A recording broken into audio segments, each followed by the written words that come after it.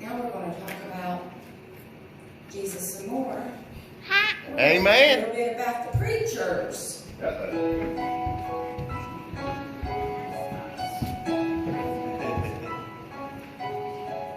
Tell me one more time about Jesus.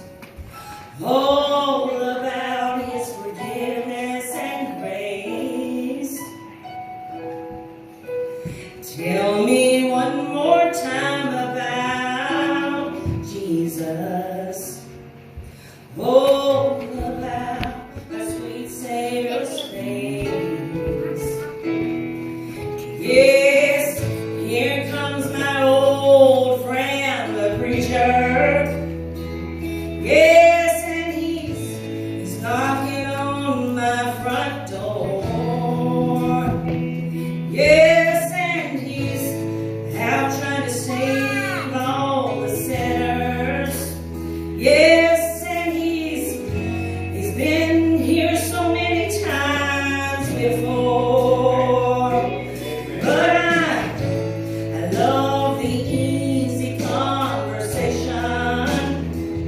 Yes, man, that preacher sure can talk. But he brings up my need for sweet salvation.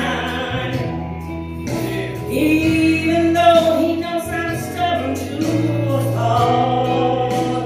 Yes, and tell me one more time about Jesus. All about forgiveness and grace. Yes, tell me one more time about Jesus. All about my Savior's grace. Now, I walk by the church on Sunday morning. This is how Jesus works. And I slipped on in the back door. Yes, it's sure been a long time coming. But tell me, preacher, tell me what I need to know. And his words were like a cool drink of water.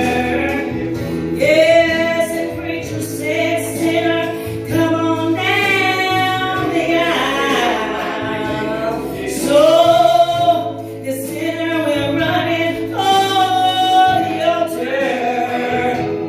And you should have seen my old friend, the preacher, smile. Yes, yes, he told me one more time about Jesus. All about his forgiveness and grace. Yes, he told me one more time about my Jesus. He told me about my sweet Savior's grace.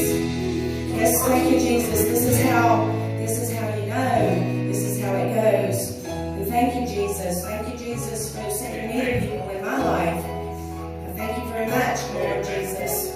Thank you, Jesus. Thank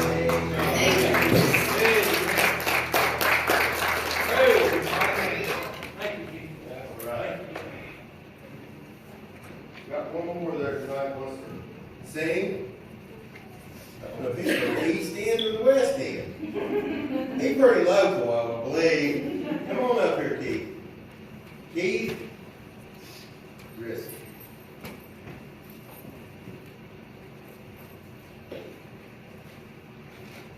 Sing us happy now. Huh? Hey, I'm putting you on the spot. Sing us happy. It's called Working on the Building. Working on the building. Hey. Working on the building, Holy Ghost building. Working on the building for my Lord, for my Lord. If I was a preacher, I'd tell you what I do. I keep on that preaching and working on the building. Working on the building, oh,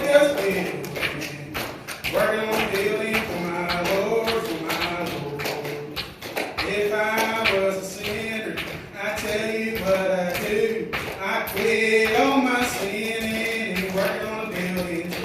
Working on building, Holy Ghost building. Working on building for my Lord, for my Lord. If I was a singer, I'd tell you what I do. I keep on my singing and working on building. Working on building, Holy Ghost building. Working on building for my Lord, for my Lord. If I was a sinner, I tell you what I do. I quit on my sinning and working on building. Working on building, oh, just building.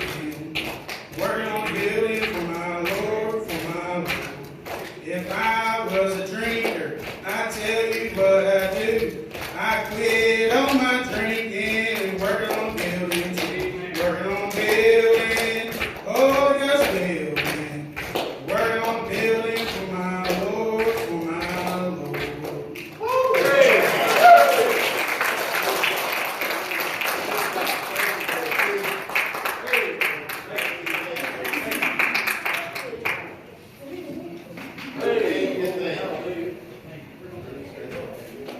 Oh, you may have to adjust the thing here, but I think you turned it up.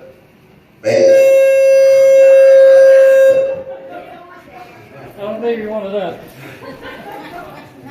I knew you turned it up there a little bit. I was like, that ain't gonna work. Good. Alright, got that. Alright. Oh, we gonna get some squawking going on. You ain't gonna turn me up that loud. We're gonna get happy here in a little bit. Everybody gonna be able to hear me. Praise. Amen. Boy, I tell you what, been good. Good singing. Appreciate the singers and things. Appreciate everybody being here. If you would, you want to follow along with me, turn over into the book of 2 Chronicles, chapter 29. Chapter 29.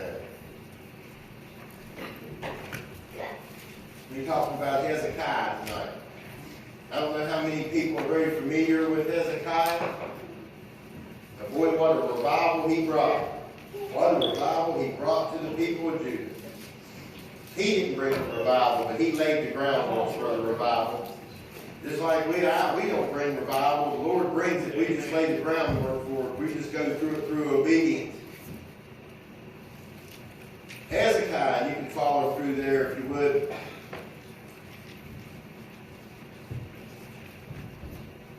Give you a little background, because there's no way I'm going to read 2 chapters. I'm trying to preach verse for verse through 2 chapters tonight. 2 Chronicles chapter 29. Hezekiah took his reign when he was 25 years old. I know that maybe some of us will think, well, that's awful young for a king to have the kind of responsibility and things like that he had. But let's see, yeah. His father took the reins when he was 28 years old. Now his father, and this is what really caught my eye when I was seeing all this. I'm going to read some of this to you. Talking about Hezekiah here, it says, and he did that which was right, in verse 2. He did that which was right in the sight of the Lord, according to all that David his father had done. And you go to 3, he in his first year of his reign, in the first month, opened the doors of the house of the Lord and repaired them. And he brought unto him the priests and the Levites and gathered them together until the east street, and said to them, Hear me, ye Levites, sanctify now yourselves, and sanctify the house of the Lord our fathers, and carry forth the filthiness out of the holy place. Agree with me in prayer. Dear Lord, our Heavenly Father, once again, Lord, we just thank you and praise you, Lord, for letting us come before you today, Lord, coming into your house, Lord, having the fellowship that we've had already today, Lord, being able to feel your Spirit, as we know that you're here this evening, Lord, the anointing, and I ask you, Lord, to anoint me tonight, Lord, to let only the words that you would want that come from my lips, Lord. let Carlos be set aside. Let the Spirit have his way and the Holy Ghost have their way. And you, Lord, take control of the service. And let us always remember that without you, Lord, that none of this is possible. Lord, we ask you to open the hearts and the minds of the people to hear, Lord, to let them hear the word. Lord, let it not be just something that they hear and then forget. But Lord, something that they be able to hear that would touch their heart. That would be able to go with them as their Christian walk and strengthen them and help them. And we give you all the praise and the glory. Amen and amen. First year, he opened the door of the house of the Lord. As soon as possible, see, he knew that there was a need. And if you read back through some of this a couple chapters before, and you do some study, you'll see that there was a need. There's always a need, isn't there? There's always a need for God. There's always a need for it. He knew that there was a need, and that the elders and the king of Judah had done evil in the eyes of God. Boy, we can look out today and we can see how much evil is out here today. And the people that when you think about what God looks down, you're like, whoa. You know the people that do the things that are just the most corrupt, the most evil. And he called for the priests and the Levites, and he called them to sanctify or to consecrate themselves. And to consecrate the house of the Lord, or to sanctify, and carry out the filthiness out of the holy place. He explained that their fathers had trespassed and sinned. This is on down through there if you want to read it. And done evil in the sight of God, and had turned their backs on God. See, let me give you a little bit of history on his father. Let me give you a little bit of history tonight on how that it came to be how Ahab, and his father's name was Ahaz. He was an idolater to begin with. Not only had he shut the doors of the church, or to the doors of the temple, the synagogue, whatever you want to call it, he'd shut it out. Now, as king, he had the authority to stop all worship of certain gods and things like that. Or so he thought. He did for a while. He reigned, I believe it was for 28 years that he reigned and ruled over these people. He'd shut everything up as far as the temples and things. He had took things out of the house of God that God had blessed and put there. He had them molted down, beat down, poured and molted in the images of other gods. He was also a worshiper of Baal. What he done was he passed his own children through the fire. A lot of people don't understand this. They would take and had a large pit, and they would take their children as a sacrifice to these false gods, and they would throw their own children into the fire. These were sacrifices that they made all the time, all the time. No, he knew better than what he was doing. But what was it? It was a worldly conquest that he was after. He was after the things of other kings and things like that. Hey, look at me, let's be buddies. I'll buddy up with you. I'll leave my God. I'll leave the things that I believe in if you'll grace me with more money. If you'll grace me with a little bit of your grace, you scratch my back, I'll scratch yours. We can see this a lot, and we can point fingers at Ahaz, and we can say this and that, but you know the same thing goes on in this world today. The exact same things that happen. Oh, there's people out there today, no matter what your beliefs are. That's why the Bible tells us that you yea be yea and you nay be nay. There's certain things that you need to believe in, and you need to stick to those principles. And you need to stick to the principles of God that He's instilled in you on down through your life. The reason that you believe in some of the things you believe in is because of your grandparents and your parents has taught you these things. Let me tell you something. I know people say, oh, that's not the way church is done anymore, preacher. We don't do all these kind of things that we used to do. Let me tell you, it's just like when they changed versions of the Bible and different things. This old King James Bible that I'm holding right here has led many a soul to Christ. It has led many a people to heaven. It has been their lead guide and direct. This has been their survival guide. All the things that your parents and your grandparents taught you, listen, if it got them into heaven, it'll get you there. Amen. It'll get you there. Ahaz, look at the things he'd done. Took things out of the temple. Had them beat down idolatry. Passed his children through the fire, all these things. And I know some people might be thinking right now, how did Ahaz ever make it? Ahaz was in the line to be royalty. Back in these days, kings had many concubines, different things that they would have children with, and they would take those children, like I said, pass them through the fire. Put them right in there. Oh, yeah. Huh. Whew. Like I said, that shut the doors to the porch or to the synagogue, the temple, put out all the lamps, took the lights out, then turned the lights off. They hadn't burned any incense, is what it said. They hadn't been praising God in there. They wasn't allowed to do any of that. He put out the fire on the altar. Now the fire that they're talking about here, listen to this one, is the fire on the altar that God had lit. Now when you go taking out the fire that God lit, and you start putting it out, you want to talk about that's the fire on the brazen altar that he had said, hey, that this thing was going to burn for all the time and never be put out. Here's a king that had put it out. He'd put it out, but you know there's many today that can put out the fire in churches too. There's many that will come in and cause separation. They'll cause some kind of discord. That's why we need to be vigilant. Amen. We need to be able to watch for these things. Yeah. They're out there, folks.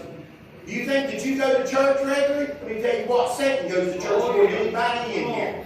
If there's a servant, if there's a door open, he's there. When the Lord goes to blessing, the devil goes to messing. Don't you ever forget it. That's the way it is. Yeah, boy. They had put that fire out, you see.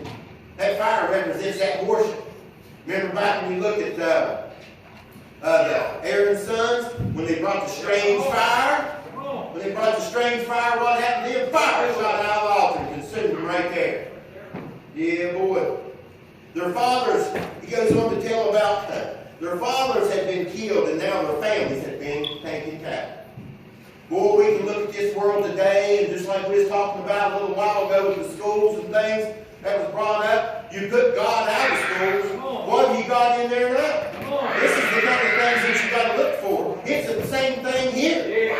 See, that's what sin does. Sin even in your life, sin even in my life, pushes God and the Holy Spirit out of it. You see? And then it gives Satan the opportunity to come in and corrupt you, to corrupt your brain, corrupt your spirit, have your thoughts all jumbled up and mixed up to where you can't even praise God. Amen. Different things come about. People say, oh, well, listen, preacher, don't get on me. Don't get on me because of this. Listen, my sin don't hurt anybody else. Who are you fooling? Come on. The sins that you do today will carry you on and on and on. Don't think that the sins that you do today doesn't affect the people around you. You look at the sins that they've done right here, and what happened to Judah? Now they're in captivity.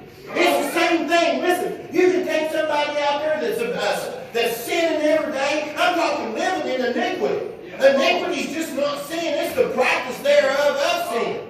That's living in iniquity, and you watch how their life goes. You watch how their siblings, you watch how their children and things go too. You watch through their generations what happens. The Bible tells us that God revisits on the third and fourth generation of the sins of the father. So I'm going to stop. I want you to understand something. Don't think for 1 minute because I sin that my kids have to pay for my sin. I don't have to pay for my daddy's sins. None of that. That's not how that works. The Bible says you stand on your own. You sin, you stand and give account for it. But it's the things that's being taught. What about that daddy that comes home, pops a lid on a beer and says, woo, I just need one of these every day when I get home from work to relax me, and there's that little boy standing there. Is he not passing that on? What about that mama that says, whoo, I can't take it no more, you kids are aggravating me, I need this little yellow pill to help me through the day. Yeah. Oh yeah. We need to get the sin out of our life. We need to get it out. It does nothing but lead people to bondage, just like Judah's in bondage now. Like they was here. Why? Because the evil that had been done before them. If you want to do it for yourself, do it for the ones that you love.